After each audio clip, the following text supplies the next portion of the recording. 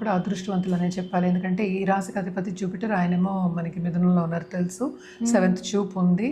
And also partnership బిజినెస్లో ఉన్న వాళ్ళకి బ్రహ్మాండంగా ఉంటుంది. అలాగే పెద్ద పెద్ద కన్సల్టెంట్స్, అలాగే ఒక లెవెల్ వచ్చిన వాళ్ళు, అది CEO లెవెల్ కానీ లేకపోతే డైరెక్టర్ లెవెల్లో ఉన్న వాళ్ళకి చాలా బాగుంటుంది. ఇంకా ఆపర్చునిటీస్ వచ్చే ఛాన్సెస్ మనకి ఎక్కువ కనిపిస్తున్నాయి.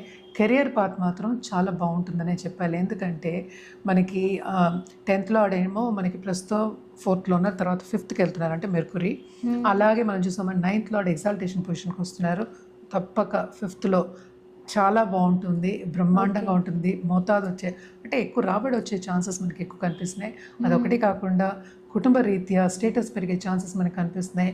వీళ్ళు పిల్లల్ని సెటిల్ చేస్తారు, తప్పక ఇంట్లో శుభకార్యాలు జరుగుతాయి. అండ్ ఆల్సో శుభ ఖర్చులు ఎక్కువ కనిపిస్తున్నాయి. ఇంట్లో ఏంటంటే పెళ్ళిళ్ళు చేసే సూచనలు కూడా మనకి కనిపిస్తున్నాయి.